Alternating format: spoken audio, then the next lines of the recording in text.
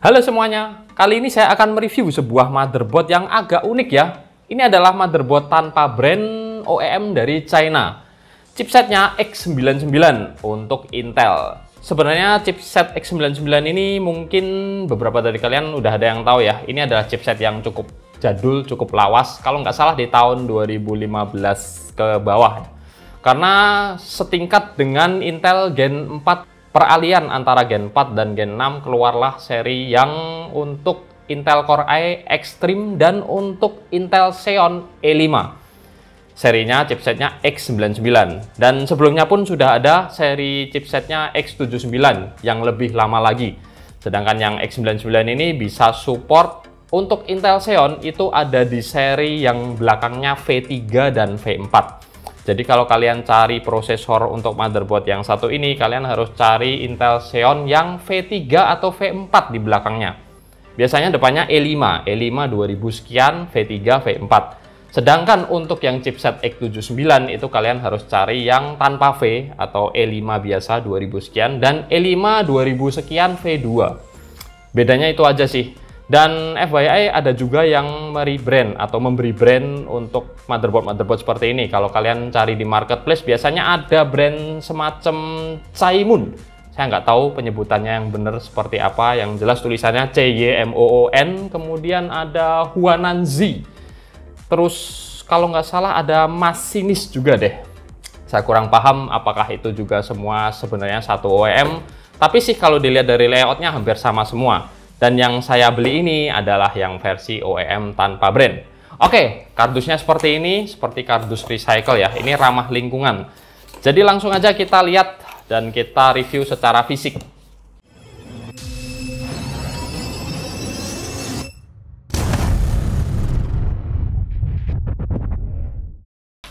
Nah, di sini kita cuman dapetin sebuah backplate yang ini sebenarnya ada plastiknya ya. Tapi tadi sobek, jadi saya buang aja sekalian. Udah, kelengkapannya itu aja, tanpa kabel SATA, tanpa buku petunjuk. Jadi kalau kalian bingung untuk instalasi pakai motherboard ini, kalian bisa cari di web. Sebenarnya banyak kok petunjuk-petunjuk seperti misalnya untuk front panel yang biasanya membingungkan. Tapi ini pun bagian front panelnya kalian bisa lihat ya, udah ada warna-warnanya. Dan kalian bisa cari tahu warna biru itu untuk apa, oranye untuk apa, hijau untuk apa, hitam untuk apa. Harus hafal lah ya. Terus ini motherboardnya berukuran ATX karena saya kebetulan membelinya yang versi X99 Turbo. Beda harganya sekitar 200.000 kalau dibandingkan yang versi MATX yang cuman kecil segini. Sebenarnya kalian beli yang versi MATX pun sudah cukup, tapi karena saya pengen terlihat keren dan besar aja jadi milih yang ATX. Karena perbedaannya cuman ada di slot PCI Express X16. Yang satu ini dia bisa konfigurasi Crossfire atau NVIDIA SLI dengan memasangkan dua VGA sekaligus di dua slot PCI Express X16 dan dua-duanya ini Gen 3 guys. Nih ya, kalian bisa lihat udah ada tulisannya two-way Crossfire, AT Crossfire, jadi jelas sudah support. Kemudian untuk slot PCI Express lainnya ada tiga yang kecil-kecil X4. Dan juga ada slot M.2 untuk SSD.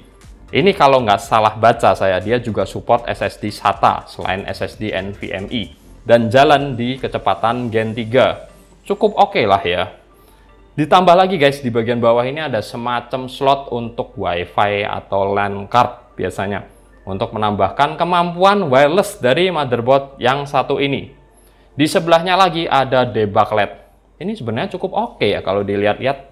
Sekilas saya baru mulai review tapi sudah memperlihatkan kelebihan dari motherboard ini yang nggak ada di motherboard Intel misal nih Gen 4 atau Gen 6 atau Gen 9 sekalipun. Kemudian untuk motherboard yang satu ini chipsetnya juga support quad channel. Jadi dia udah ada 4 slot RAM yang support DDR4 guys. Ini udah ada tulisannya 4 channel. Dengan model kuncian di bagian atas bawah, warna hitam, dan ini saya kurang paham bisa up to berapa gigabyte. Biasanya sih kalau untuk chipset X99 ini walaupun jadul dia bisa sampai 64 GB atau mungkin bahkan lebih guys. Karena memang peruntukannya sebenarnya untuk server atau prosesor yang ekstrim. Nah, balik lagi di sini chipsetnya ada heatsink warna hitam polos karena memang ini OEM, dan ada satu heatsink lagi ini di bagian atas. Ini adalah heatsink untuk VRM. Kalau dilihat di sini power paste-nya ada 6, entah 5 plus 1 atau 6, sama aja lah. Untuk power paste memori atau RAM-nya ada 1, 2, dan 3. Ada 3 terpisah di kiri dan kanan. Terus kita bahas apa lagi nih? Ada tulisan ambient LED, tapi nggak tahu ya, mungkin bisa nyala, ada LED-nya. Keren juga nih motherboard. Dan oh, ini untuk port SATA-nya juga banyak guys, dimana kita nggak perlu port SATA sebanyak ini juga sih, kecuali kalau memang kita mau bikin jadi NAS atau memang jadi buat storage server ya. Ini semuanya SATA 3 kalau nggak salah di spesifikasinya. Ya maklum lah, karena motherboard OEM gini agak susah cari infonya ya. Saya cari-cari di web untuk spesifikasi lengkapnya itu tulisannya ada yang berbeda-beda di setiap web. Karena memang nggak ada web resminya. Kemudian untuk port fan, ini kita cari dulu. Di sini ada CPU fan 1. Lah, CPU fan-nya menyeberangi RAM. Agak aneh sih. Jadi nanti bakalan kelihatan kabel menyeberang RAM. Terus di sebelah kiri nggak ada port untuk fan. Di bawah ada 2 untuk fan casing ya ini ya. 3 pin dan 4 pin PWM. Jadi ada 2 macam. Dan di sebelahnya lagi ada front USB, ini jelas. Terus ada front USB 3 juga, udah support front USB 3, nice. Dan ini COM port biasa, dan ini front audio. Terus untuk secara komponen saya lihat juga ini keren juga ya, semuanya udah pakai solid kapasitor. Build quality-nya oke, cetakannya juga nggak kelihatan murahan untuk sebuah motherboard yang harga barunya cuma 1 jutaan. Dan oh, ini ada yang berbeda satu lagi guys. Kalau di motherboard pada umumnya CPU EPS ini posisinya nggak di sini, tapi di sini, di area sini sebelah kiri. Nah, ini port untuk CPU EPS butuh 8 pin dan ada di ujung sebelah kanan. Ini ada plusnya juga sih. Jadi untuk kabel powernya nanti bisa ini ya, sejajar dengan 24 pin ya, dibengkokin ke sini. Oke, jadi mungkin itu aja ya. Oh, ini bagian input output kita belum bahas. Masih ada PS2, mouse dan keyboard terpisah, kemudian ada USB 2 4 port, USB 3 4 port, luar biasa ini. Port USB-nya sangat banyak, ada 8 total dengan RJ45 dan audio yang 5.1 atau 7.1 channel, guys. Makanya portnya bisa banyak banget. Ini biasanya terpisah nih sendiri nih. Bagian belakang 2 subwoofer atau middle atau vokal mungkin kalau nggak salah satunya. Saya juga kurang hafal. Maklum lah, saya biasanya ngerakit pakai motherboard Kerehore. Jarang yang port audionya selengkap ini. Oke, udah lagi nggak ada yang bisa dibahas. Dan untuk membuka prosesornya ini atau soket prosesornya, BTW ini LGA 2011 ya. Jadi kalian pastikan kalau beli cooler yang sudah support LGA 2011. Atau kalian juga bisa beli bracket universal untuk soket LGA 2011. Nanti akan saya tampilkan di video sekilas. Jadi biasanya banyak dijual marketplace dengan harga murah sih. Balik lagi, untuk membuka kunciannya ini ada 2, nggak seperti motherboard biasa ya. Jadi kalian buka dulu yang sebelah kiri, kanan ini kalau nggak salah. Atau sini dulu ya. Oh, sebelah sini dulu, sorry. Sebelah kiri dulu, betul. Sebelah kiri dibuka gini, baru yang sebelah kanan dibuka. Nah, seperti ini. Baru kalian bisa buka kuncian besi untuk motherboard. Dan tinggal kita ambil covernya ini. Nanti baru dipasang prosesor di sini. Oke, sesimpel itu. Dan untuk menguncinya sama ya, balik lagi ini harus ditutup begini. Yang sebelah sini dulu guys, dikunci dan baru sebelah sini. Kunciannya 2. Oke, gitu aja untuk review fisiknya. Sekarang kita lihat sekilas ya menu BIOS-nya seperti apa. Yuk, cus!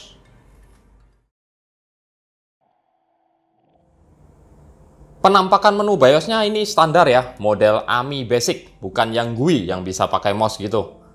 Kita lihat-lihat sekilas aja mulai dari tab Advanced ini.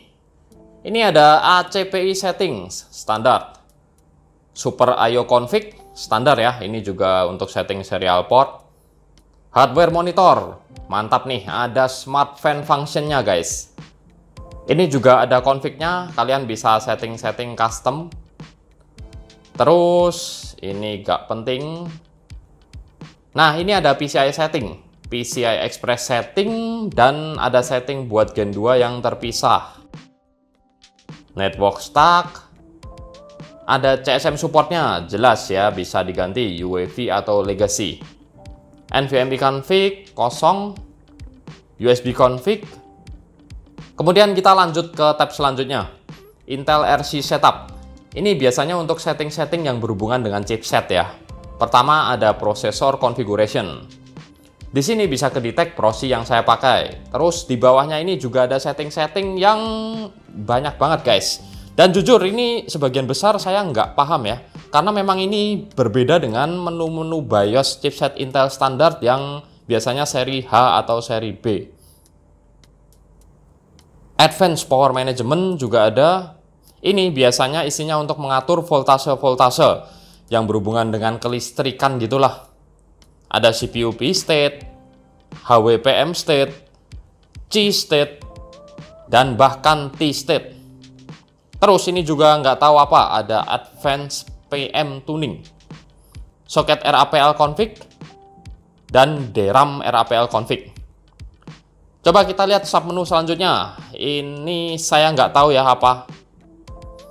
Terus, nah ini QPI config. Ada config general dan per socket proxy untuk config multi CPU. Ini kalau di chipset yang mainstream semacam DMI gitu ya, yang menjembatani antara port-port dengan chipset dan proxy. Lanjut lagi ada memory config, dan di submenunya ini akhirnya ada yang saya ngerti guys, memory frekuensi. Jelas ya ini buat mengatur speed RAM. Kalau menu yang lainnya ini banyak banget guys, menu-menu soal RAM ini. Dan banyak yang saya juga nggak ngerti ini buat apa aja, dan bahkan di bagian bawah masih ada submenu lagi. Memori topologi, memori thermal, map, dan config RAS. Bahkan RAS aja punya satu halaman menu sendiri ya. Luar biasa detailnya ini. Lanjut lagi, ini ada IIO config, dan di dalamnya juga lagi-lagi banyak menu yang saya nggak ngerti. Jadi langsung lanjut aja lah ya. Ini ada menu PCH config. Kalau ini mirip-mirip dengan Mobo chipset H atau B untuk setting device dan storage yang dicolok di port SATA. Bedanya ini lebih lengkap aja. Kemudian ini ada overclocking feature juga guys. Coba kita lihat. Dan ternyata menu OC-nya ini pun agak lain. Saya juga bingung, ini sepertinya harus banyak belajar lagi kalau mau utak-atik. Karena memang lagi-lagi banyak yang berbeda dengan Mobo-Mobo dengan chipset mainstream. Walaupun memang ada beberapa yang sama ya. Tab security, standar kalau ini ya, untuk set password. Tab boot ini juga standar, ada opsi fast boot, quiet boot, dan urutan booting. Tab terakhir, save and exit. Dan ini pun juga standar seperti Mobo lain pada umumnya. Tapi yang saya suka adalah kita di sini bisa save as user default guys. Karena ada banyak Mobo OEM rebrand atau Mobo low budget itu nggak ada menu untuk save dan restore settingan BIOS custom yang sudah kita utak-atik. Tapi kalau ada beginian ini sangat memudahkan. Nah, mungkin gitu aja ya review motherboard X99 Turbo OEM yang satu ini. Mohon maaf ya kalau tadi saya nggak bisa menjelaskan secara detail soal menu-menu BIOS-nya. Karena memang isi atau menu BIOS motherboard yang satu ini berbeda dengan motherboard pada umumnya. Banyak detail-detail yang saya sendiri memang nggak tahu. Jadi kalau kalian tahu dan kalian bisa lihat dari video rekaman yang tadi, kalian bisa menambahkan penjelasannya di kolom komentar. Dan kalau kalian mau build PC dengan motherboard atau chipset seri X79 atau 99 ini, menurut saya sih masih cukup buat lah ya. Apalagi kalau keperluan kalian bukan cuma gaming, bukan murni gaming, tapi bisa untuk video editing atau render walaupun itu 2 dimensi ataupun 3D di AutoCAD. Saya rasa build dengan Xeon E5 dan X99 atau X79 itu cukup masuk akal. Jadi gitu aja review motherboard yang satu ini. Saya Hendy pamit dulu dan makasih udah nonton.